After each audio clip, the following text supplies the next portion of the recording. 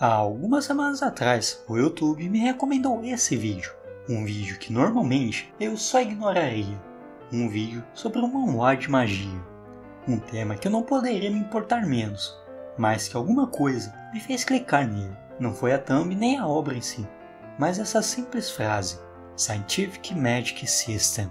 E esses 8 minutos, me fizeram perder 9 horas da minha vida. Isso vem de um resumo de manhwa, que não valeu nem um pouco a pena. E embora a história em si seja bastante chata e tediosa, o funcionamento do mundo, como a magia é retratada e como ela se relaciona com a matemática, simplesmente me fez ficar muito tempo pensando no funcionamento dele e como ele usa física e matemática para construir tudo isso.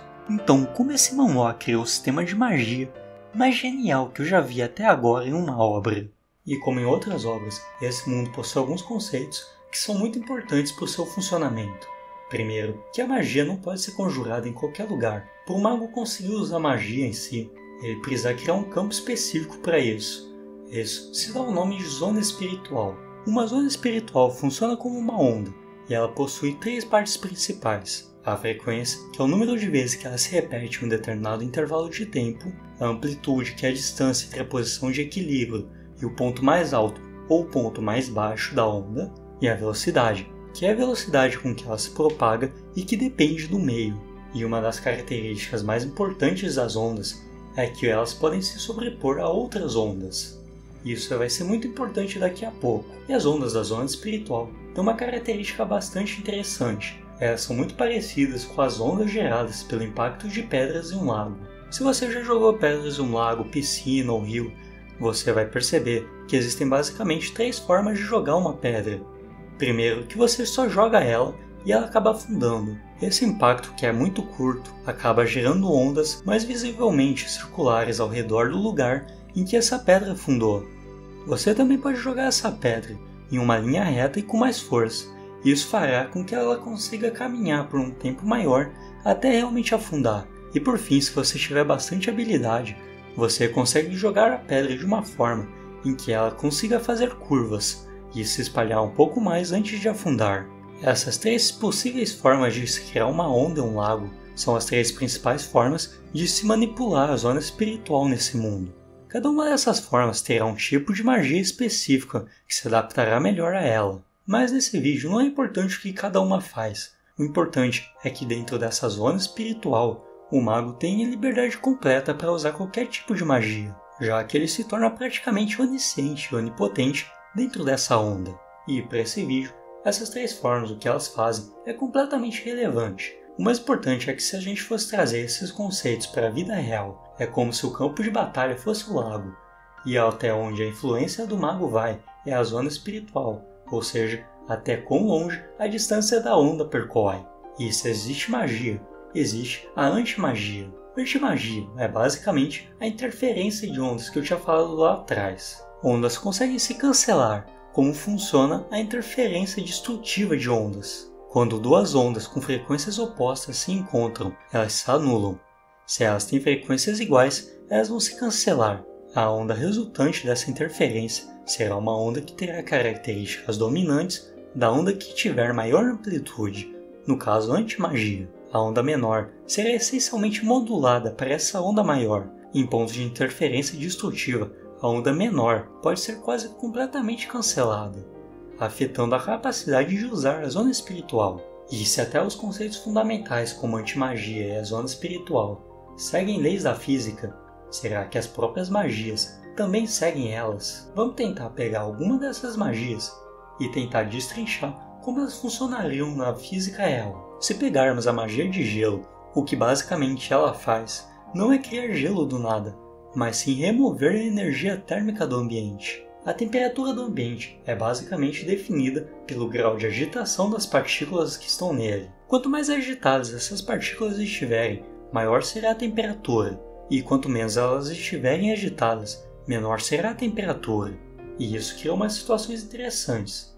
Se existe um grau mínimo de agitação que uma partícula pode chegar, então deve existir uma temperatura mínima que ela deve chegar, já que ela não vai conseguir se mover menos do que isso. Esse ponto é o zero absoluto, ou menos 273,15 graus Celsius, onde as partículas param completamente. E se você consegue controlar o movimento das partículas em um determinado espaço, você também pode fazer com que o ambiente chegue a temperaturas congelantes. Agora, indo para um caso completamente oposto, e as magias de fogo.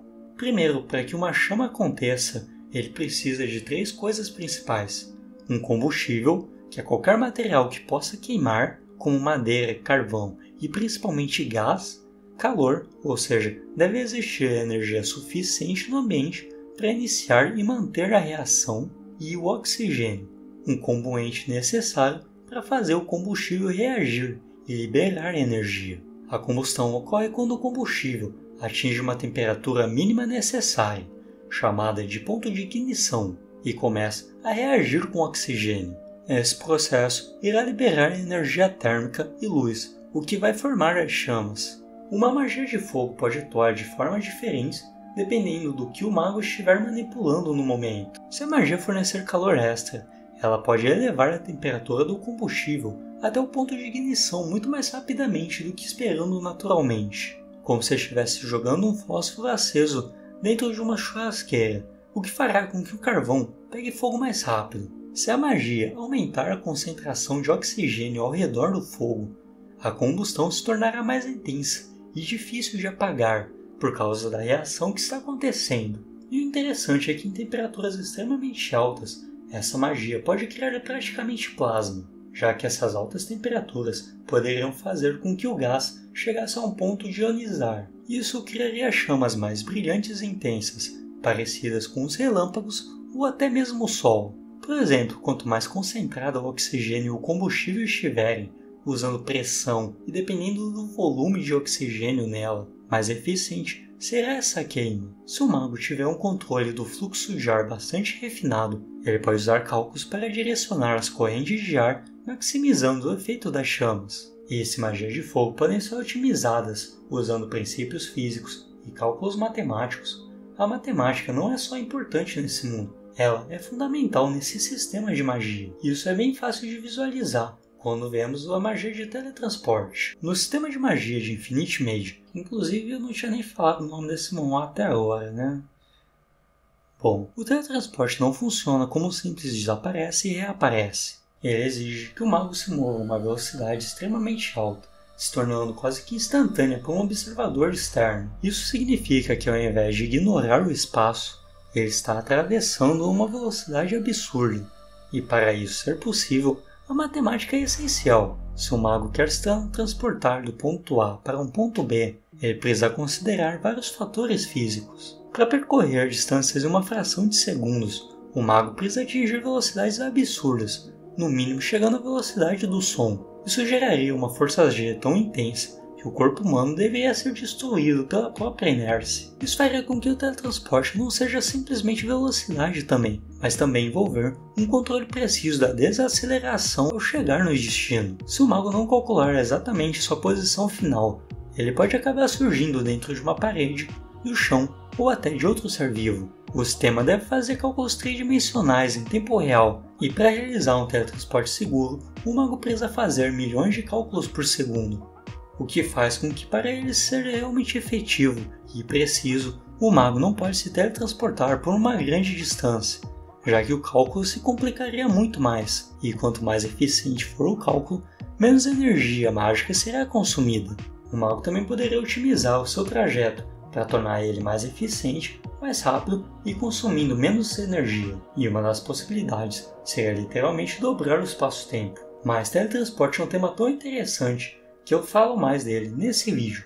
Então depois desse vídeo, se você quiser saber mais sobre teletransportes e como funciona o portal em Portal, clica nele. Mas voltando para o vídeo, a matemática não só permite que magos realizem teletransportes com segurança, mas também melhora a eficiência de feitiços ofensivos e defensivos. Se um mago calcular o melhor ângulo e trajetória de um feitiço, ele pode minimizar desperdícios e amplificar o impacto, tornando seus ataques mais precisos e aumentando a chance de atingir um oponente em movimento. Isso envolve cálculos de velocidade e aceleração e tempo de resposta do inimigo, garantindo ataques certeiros. Se um mago calcular o ponto exato onde um feitiço precisa atingir para causar o máximo de dano possível, ele pode derrotar um inimigo com menos ataques. Por exemplo, se um mago acertar a onda de choque no ponto de ressonância de uma armadura, ele pode fazer com que ela se rache, isso usando menos esforço. O ponto de ressonância é o mesmo princípio que permite que o vento derrube uma ponte, quando uma força vibratória externa, como o vento, coincide com a frequência natural de vibração da estrutura. As vibrações se amplificam, podendo chegar a níveis críticos que comprometam a resistência e a estabilidade da ponte, e o mesmo pode acontecer com uma armadura. Ou seja, nesse mundo, o estudo, entender as leis da natureza e principalmente entender cálculos matemáticos realmente faz com que você se torne melhor na magia. E eu sei que isso não é uma coisa nova em obras desse tipo, mas mesmo assim, esse foi um dos primeiros que eu vi que tinha algo assim, e não simplesmente o poder funciona por mágica e acabou. E se você gostou desse vídeo, deixa o like e se inscreva no canal, que isso faz com que essas horas perdidas da minha vida que nunca mais vão voltar sejam recompensadas. Eu te vejo nesse vídeo que está aparecendo aqui na tela, e até mais.